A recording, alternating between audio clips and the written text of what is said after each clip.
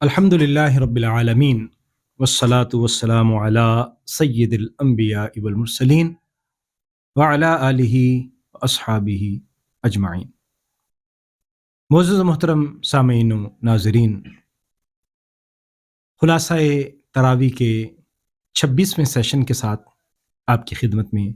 حاضر ہوں۔ آخری پارہ ہے اور آخری پارے کے تقریباً 3 پاؤ آج کی منزل کا حصہ ہوں گے، سورہ نبا سے لے کر سورہ لیل تک، سورہ ضحیٰ سے پہلے پہلے۔ یہ جو صورتیں ہیں خصوصی طور پر 30ویں پارے کی، اس میں اللہ تبارک و تعالیٰ نے قیامت کے احوال کا ذکر فرمایا، قیامت کے مختلف کیفیات کا ذکر کیا گیا، اور انسان کو جھنجھوڑا گیا اور انسان کو اللہ تبارک و تعالیٰ کی بندگی کی دعوت دی گئی اور بار بار بتایا گیا۔ کفار مکہ قیامت کا حال سن کر حضور سے پوچھتے، اچھا ایسا ہوگا، ایسا کب ہوگا واقعتاً ہوگا، چونکہ وہ اس پر یقین نہیں رکھتے تھے۔ اسی طرح کے مختلف سوالات ان کی نوک بر زبان رہتے۔ یہاں پر اللہ تبارک و تعالیٰ نے ان کا یہ ذکر کیا کہ وہ آپ سے سوال کرتے ہیں، ایک عظیم خبر کے متعلق پوچھتے ہیں جس کے بارے میں ان کا اپنا اختلاف ہے، اور پوچھتے ہیں اور یقین نہیں رکھتے کہ اس زبان سے جو ہمیشہ صداقت کی ترجمان رہی اور ہمیشہ اس زبان پر سچ ہی آتا رہا، اس نے کہا ہے تو ہم قبول کر لیں۔ فرمایا جان لوگے تم عنقریب اس عظیم خبر کے بارے میں جان لوگے۔ اور پھر ان کے شک کو دور کرنے کے لیے اللہ تعالیٰ نے کائنات کی اسرار و رموز کی طرف، کائنات کی تخلیق کے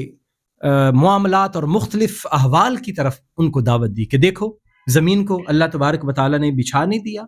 پہاڑ زمین میں گڑے ہوئے ہیں، اور اللہ تبارک و تعالیٰ نے تمہیں جوڑوں کی صورت میں پیدا کیا، اور پھر اللہ تبارک و تعالیٰ تمہیں نیند بھی عطا فرماتا ہے جو تمہارے لیے باعث سکون ہے، رات کو تمہارے لیے لباس بنایا، دن کو تمہارے ذریعہ معاش کا ایک وسیلہ اللہ تبارک و تعالیٰ نے بنایا، اور اسی طرح مختلف نشانیاں اللہ تبارک و تعالیٰ نے یہاں بیان فرمائیں۔ اور پھر کفار کا بھی ذکر کیا گیا کہ وہ نہیں مانتے تو اللہ تبارک و تعالیٰ کا عذاب ان کا منتظر ہے، جبکہ اہل ایمان اور اہل تقوی اللہ تبارک و تعالیٰ کی خاص نعمتوں میں ہوں گے، اور اللہ تبارک و تعالیٰ ان کو باغات اور مختلف طرح کے پھل اور نیک پاکیزہ بیویاں اللہ تعالیٰ ان کو عطا فرمائے گا، چھلکتے ہوئے جام ان کے سامنے پیش کیے جائیں گے، اور یہ اللہ تبارک و تعالیٰ کی طرف سے ان کو انعام دیا جائے گا، اور جنت میں کسی طرح کا کوئی شور و غوغا نہیں ہوگا اور ان کو کوئی پریشانی نہیں ہوگی۔ سورہ نازیات کا بھی تقریباً اسی طرح کے مفہوم ہے کہ قیامت کی ہولناکی کا ذکر ہے کہ اس دن تو بڑے بڑے دل جو ہے وہ دہل جائیں گے، اور اس کو برداشت کرنا انسان کے بس کی بات نہیں ہوگی۔ اللہ تبارک و تعالیٰ ذکر کرتا ہے فرعون کا، اور فرعون کا ذکر کر فرمایا وہ بھی اپنے آپ کو بڑا سمجھتا تھا، بلکہ بڑا کیا سمجھتا تھا، وہ کہتا تھا انا ربکم الاعلی، میں تمہارا رب اعلیٰ ہوں، لیکن اس کا کیا ہوا، نشان عبرت بنا دیا گیا۔ اے انسان تو کیا ہے اور میں کیا ہوں؟ اللہ تبارک و تعالیٰ کی ذات ہی اس کائنات کی قادر مطلق اور خالق حقیقی ذات ہے، ہمیں اسی کا بندہ بن کے رہنا چاہیے۔ سورہ عابسہ کے مضامین کے اندر بھی اسی طرح کا مفہوم ہے، انسان کو اس کی تخلیق یاد دلائی گئی اور کہا گیا کتنا ناشکرا ہے انسان، اپنی تخلیق میں غور و فکر کرے اور دیکھے اللہ تبارک و تعالیٰ نے کس طرح اس کی تخلیق فرمائی ہے۔ قتل الانسان ما اکفرا، انسان ہلاک ہو، کتنا ناشکرا ہے۔ دیکھے تو صحیح کہ کس طرح اس کو اللہ تعالیٰ نے پیدا فرمایا، ایک نطفہ سے اس کی تخلیق کی، پھر اس کو درست فرمایا، اس کو اعضاء عطا فرمائے، اس کے جسم کے مختلف حصے بنائے، اور انسان بن کر اس دنیا میں آ گیا، اور پھر اس دنیا میں اللہ تعالیٰ نے اس کو عزت، شان و شوکت اور وجاہت عطا کی، جسم کی توانائی عطا فرمائی، اور پھر یہ بھی اللہ کا کرم ہے کہ اللہ نے بھی قبر بھی عطا فرمائی، اور موت بھی اللہ کے انعام میں سے یہاں شمار کی گئی ہے کہ انسان جب بڑھاپے کی اس عمر میں پہنچ جاتا ہے جس کو ارذل العمر کہا جاتا ہے، دوسروں کا محتاج ہوتا ہے، اور پھر انسان یہ کہنے پر مجبور ہو جاتا ہے کہ مجھے موت آ جائے تو میں ان مصیبتوں سے چھٹکارا پالوں۔ فرمایا یہ بھی اللہ تعالیٰ کی نعمت بن کے موت آتی ہے اور تمہیں اس دنیا کی تکلیفوں سے نجات دیتی ہے۔ اور پھر اللہ تبارک و تعالیٰ تمہیں قبر میں داخل فرماتا ہے، اور پھر حشر کو اللہ جمع بھی فرمائے گا. یہ ساری چیزیں انسان کو جھنجھوڑنے کے لیے کافی ہیں. سورہ تکویر قیامت کا منظرنامہ بیان کر رہی ہے کہ کس طرح سورج کو لپیٹ دیا جائے گا اور یہ چمکتے ہوئے ٹمٹماتے ہوئے ستارے یہ گر پڑیں گے. پہاڑ جو اس وقت اپنی مضبوطی کے ساتھ ایسے گڑے ہوئے ہیں کہ ہزاروں مشینیں لگ کر بھی ان کا کچھ نہیں بگاڑ پاتی، تھوڑا تھوڑا کاٹ سکتی ہیں لیکن اتنے بڑے بڑے پہاڑوں کو کچھ بھی نہیں کر سکتی. اور یہ پہاڑ روئی کی طرح اڑ رہے ہوں گے، پہاڑوں کو چلا دیا جائے گا. اور 10 ماہ کی گابن اونٹنیاں بھی ایسے بے وارث لاوارث پھرتی رہیں گی، کوئی ان کا پرسان حال نہیں ہوگا کہ جن کے ناز و نخرے برداشت کرتے ہیں ان کے مالک، ان کا بھی کوئی پوچھنے والا نہیں ہوگا. اور یہ ساری چیزیں اللہ تبارک و تعالیٰ نے ذکر فرمائی. اور پھر قیامت کا ایک منظر وہ بھی ہوگا کہ جب اس مظلوم بچی سے، اس زندہ درگور کیے جانے والی بچی سے پوچھا جائے گا کہ بچی بتا تجھے کس ظلم میں قتل کیا گیا، کس جرم کے اندر قتل کیا گیا، تم نے کیا کیا تھا، کون سا ظلم، کون سا جرم کیا تھا کہ انہوں نے تجھے بے گناہ قتل کیا. اللہ تبارک و تعالیٰ قاتل کو اس قابل ہی نہیں سمجھے گا کہ اس سے وہ بات کرے.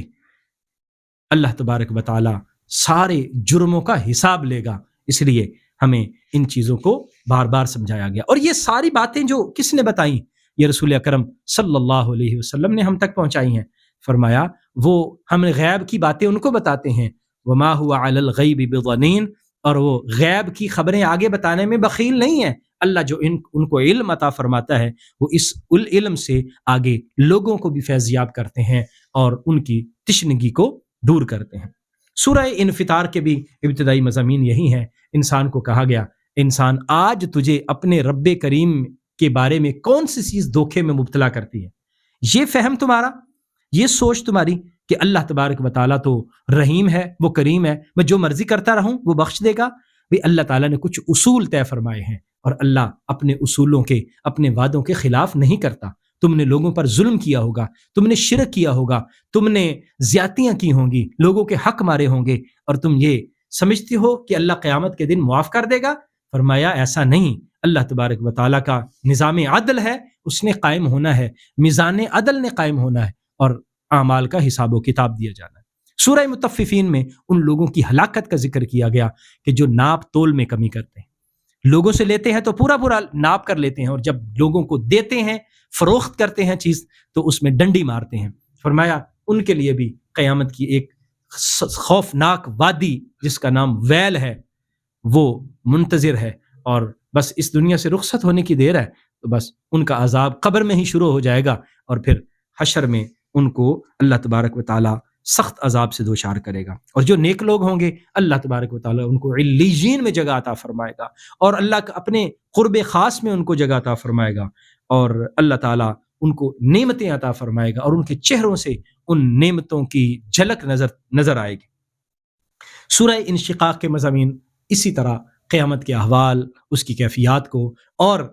انسان کو نامہ اعمال دیے جانے کا بیان کر رہے ہیں. نامہ اعمال دائیں ہاتھ میں پکڑایا جائے گا، نامہ اعمال بائیں ہاتھ میں پکڑایا جائے گا، اور جس کا نامہ اعمال اس کے دائیں ہاتھ میں ہوگا وہ کامیاب و کامران ہوگا، اور جس کا نامہ اعمال اس کے بائیں ہاتھ میں پیچھے دیا جائے گا وہ رسوا اور ذلیل ہو رہا ہوگا. اللہ تعالیٰ کا یہ کلام ہے، اور اللہ تبارک و تعالیٰ نے اس کلام میں ساری چیزیں کھول کر بیان کر دی ہیں، اور یہی سورہ بروج کے مضامین تقریباً ہیں، اور اہل ایمان کی آزمائش کا بھی یہاں پر ذکر ہے. اور اللہ تبارک و تعالیٰ نے ان کا بھی ذکر کیا جنہوں نے ان مومنوں کو تکلیفیں دیں، اور مومن مردوں اور عورتوں کو، اور بغیر توبہ کیے ہوئے اس دنیا سے چلے گئے اپنے گناہ معاف کرائے بغیر. قیامت والے دن اللہ تبارک و تعالیٰ ان کو پکڑے گا. انسان دیکھو، فَلْيَنْظُرِ الْإِنسَانُ مِمَّا خُلِقَ، دیکھو تجھے کس چیز سے پیدا کیا. خُلِقَ مِن مَاءٍ دَافِقٍ، ایک اچھلنے والے، ٹپکنے والے پانی کے قطرے سے. سورہ طارق جھنجھوڑتی ہے کہ انسان اپنی تخلیق میں غور و فکر کرو. کون سا انسان کامیاب ہے؟ فرمایا وہ کامیاب ہے جس نے اپنا تزکیہ کیا. قد افلح من تزکا، سورہ اعلیٰ کے اندر ہمیں اس تزکیہ کی طرف متوجہ کیا گیا، اپنے نفس کے تزکیہ کی طرف. اور نفس کا ہمارا تزکیہ کیسے ہو سکتا ہے؟ فرمایا نفس کا تزکیہ کے لیے ضروری ہے اللہ کا ذکر کرے، نماز ادا کرے. اور دنیا کی زندگی کو ترجیح نہ دیں، آخرت کی زندگی کو ترجیح دیں، کیونکہ آخرت کی زندگی ہی ہمیشہ رہنے والی ہے۔ اگر ہم دنیا کی زندگی کو ترجیح دے کر اسی میں پھنس جائیں گے تو پھر ہمارا کیا بنے گا؟ پھر یہ تو عارضی ہے اور اس نے تو ختم ہونا ہے۔ سورہ غاشیہ کے مضامین بتا رہے ہیں قیامت کے احوال کے بعد اس کائنات میں غور و فکر کرنے کا انسان کو سبق دے رہے ہیں اور دعوت دے رہے ہیں۔ انسان کو کہا گیا آسمان کی طرف دیکھ، انسان کو کہا گیا اونٹ کی طرف دیکھ، کیسے اس کو تخلیق کیا گیا، پہاڑوں کی طرف دیکھ، زمین کی طرف دیکھ، پہاڑوں کو کیسے بلند اللہ نے کیا ہے اور زمین کو کیسے اللہ تبارک و تعالیٰ نے بچھا دیا ہے۔ تو اس سے تو ہمیں نصیحت حاصل کرنی چاہیے، اور حضور کو فرمایا گیا کہ محبوب آپ ان کو بس سکھائیں، سبق پڑھائیں تاکہ یہ نصیحت قبول کریں۔ سورہ فجر انسان کو یاد دلاتی ہے کہ جب اللہ تعالیٰ کا انعام ہوتا ہے تو پھر انسان اللہ کے انعام پر تو مسکراتا ہے، خوش ہوتا ہے، اور کبھی آزمائش ہو جائے تو مایوس ہو جاتا ہے اور وہ کہتا ہے کہ میرے رب نے میرے ساتھ ایسے کیا ایسے کیا، اللہ نے انعامات بھی تو دیے تھے، اللہ نے کرم بھی تو فرمایا تھا، اور آج آزمائش آئی ہے تو یہ بھی ہمارے لیے بہتر ہے۔ لیکن انسان کا کیا ہے، اگر اس کو مال ملتا ہے، اس کو وراثت ملتی ہے تو بڑا خوش ہوتا ہے، مال کے ساتھ تو محبت بہت زیادہ ہے، لیکن وہ قیامت کی ہولناکیاں جب زمین ٹکڑے ٹکڑے ہو جائے گی اور اللہ تبارک و تعالیٰ اور اس کے فرشتے، اللہ کا حکم آ جائے گا، قیامت آئے گی اور فرشتے جو ہیں وہ کھڑے ہوں گے اور جہنم کو لایا جائے گا، اس وقت انسان کہے گا کاش کہ میں نے اپنے آخرت کے لیے کچھ نہ کچھ آگے بھیجا ہوتا، کاش کہ میں نے آخرت کی تیاری کی ہوتی۔ اس وقت انسان کف افسوس ملے گا، لیکن اس وقت وہ فائدہ نہیں ہوگا۔ اس وقت اللہ تبارک و تعالیٰ کی طرف سے جو ندا آئے گی وہ ان مطمئن نفوس کو آئے گی جنہوں نے اللہ تبارک و تعالیٰ کی آزمائش پر حالت اطمینان اختیار کی اور جنہوں نے نیکیوں پر اطمینان بخش زندگی گزاری، اور نیکی سے ان کو اطمینان نصیب ہوتا تھا، گناہ کرتے تھے تو دکھ ہوتا تھا۔ ان کو کہا جائے گا ارجعی الی ربک، آ جاؤ تو تم اپنے رب کی طرف آ جاؤ اور اللہ کے نیک بندوں کے زمرے میں شامل ہو جاؤ۔ آج اللہ تبارک و تعالیٰ کی رحمتیں، نعمتیں تمہارا استقبال کرنے کے لیے تیار کھڑی۔ سورہ بلد کا آغاز شہر مکہ کی قسم کے متعلق ہو رہا ہے کہ ہم نے شہر مکہ کی قسم کھائی، اور شہر مکہ کی قسم اس لیے نہیں کھائی کہ اس میں باقی چیزیں ہیں، کعبہ ہے، صفا اور مروہ ہے، مقام ابراہیم ہے، دیگر چیزیں نہیں۔ محبوب شہر مکہ کی قسم اس لیے کہی ہے کہ آپ یہاں تشریف فرما ہے۔ شہر مکہ کی قسم کھا کے، اور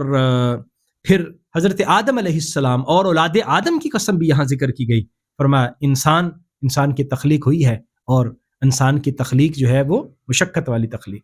یعنی انسان کی زندگی بھی مشقت والی ہے، اور اس کی زندگی کا گزرنا، اس کی تخلیق بھی ایک مشقت کے مرحلے سے ہے جس کا اس کو سامنا کرنا پڑا، زندگی بھی اس نے ایسے گزارنی ہے، لیکن اس زندگی سے اللہ تبارک و تعالیٰ کے درست رستے کو وہ چنے۔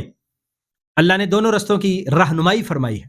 فہدیناہ النجدین، دونوں رستے بتا دیے، یہ خیر کا رستہ ہے اور یہ شر کا رستہ ہے۔ تو اب انسان نے خیر کی طرف جانا ہے۔ اللہ تبارک و تعالیٰ نے غربا، مساکین کی مدد کی تلقین فرمائی، انسان کو اپنے مال میں سے ان کے لیے بھی خرچ کرنا چاہیے۔ سورہ شمس میں اللہ تبارک و تعالیٰ نے سورج کی قسم کھائی ہے، اور سورج کی روشنی کی قسم کھائی، چاند کی قسم، دن کی قسم، رات کی قسم، آسمان کی قسم، زمین کی قسم، اور نفس کی قسم کھائی۔ یہ ساری چیزیں کھا کے اللہ نے قسمیں کھا کے اللہ تبارک و تعالیٰ نے ارشاد فرمایا کہ جس نے اپنے نفس کا تزکیہ کیا اصل میں کامیاب وہ ہے۔ تو ہمیں تزکیہ نفس کی طرف متوجہ کیا گیا، اور یہاں اس بد نصیب کا بھی ذکر کیا گیا اور بدبخت کا ذکر کیا گیا جس نے حضرت صالح علیہ السلام کے مقابلے میں نعرہ لگایا اور حضرت صالح کی اس معجزہ والی اونٹنی کی ٹانگوں کو کاٹ دیا، اور اللہ تعالیٰ کے عذاب کا وہ لوگ شکار ہوئے۔ سورہ لیل آج کی منزل کی آخری سورہ مبارکہ ہے، یہاں پر بھی رات کی قسم ہے، دن کی قسم ہے، اور اللہ تبارک و تعالیٰ نے جو انعام عطا فرمائے اس کی قسم، اور جو لوگوں کو دیتا ہے، تقوی اختیار کرتا ہے، وہ شخص کامیاب ہے، اور جو کنجوسی کرتا ہے، بخل کرتا ہے، جہاں خرچ کرنے کی ضرورت ہوتی ہے اور اللہ کا حکم ہے وہاں بھی خرچ نہیں کرتا، تو اس کو رسوائی کا سامنا کرنا پڑتا ہے۔ اور پھر اختتام سورہ لیل کا اس خوبصورت ہستی کے ذکر کے ساتھ ہے کہ جس نے کنجوسی نہیں کی، جس نے بخل نہیں کیا، جس نے اپنا تن من دن سب کچھ بارگاہ رسالت میں قربان کر دیا اور غریب و مسکینوں کی مدد کی، غلاموں کو آزاد کر کے ان کو عزت اور وقار والی زندگی عطا کی، بلال حبشی جیسے بلند پایا صحابی رسول کو آزاد کیا، ان کا اسم مبارک حضرت سیدنا ابو بکر صدیق افضل البشر بعد الانبیاء۔ اللہ تبارک و تعالیٰ نے یہاں ان کی ایک شان بیان فرمائی ہے کہ یقیناً ایسے ہی لوگ ہیں جو اللہ تبارک و تعالیٰ نے جہنم سے محفوظ رکھے ہوئے ہیں۔ وہ کیا کرتے ہیں؟ وہ مال خرچ کرتے ہیں، اس لیے کرتے ہیں تاکہ ان کا تزکیہ رہے، ان کو تصفیہ کی دولت نصیب ہو، ان کا کسی کا ان پر احسان نہیں ہے جس کی وہ جزا دیتے ہیں، بلکہ اللہ تبارک و تعالیٰ کی رضا چاہتے ہیں، اور وہ یہ سن لیں اللہ ان سے راضی ہے۔ سیدنا ابو بکر صدیق سے اللہ راضی ہے اور رسول اللہ راضی ہیں، کوئی اور راضی ہو نہ ہو، کسی اور کی رضا کی کیا پرواہ ہے؟ جب ان سے اللہ راضی ہے اور جب اللہ کے رسول راضی ہیں تو پھر صدیق اکبر کی شان کا نہ آپ اندازہ لگا سکتے ہیں نہ میں اندازہ لگا سکتا ہوں۔ اللہ تعالی ہمیں سمجھنے کی توفیق عطا فرمائے۔ کل انشاءاللہ العزیز خلاصہ تراویح کے آخری سیشن کے ساتھ آپ کی خدمت میں حاضر ہوں گا، اجازت دیجیے، انشاءاللہ کل ملاقات ہوگی۔ السلام علیکم ورحمۃ اللہ وبرکاتہ۔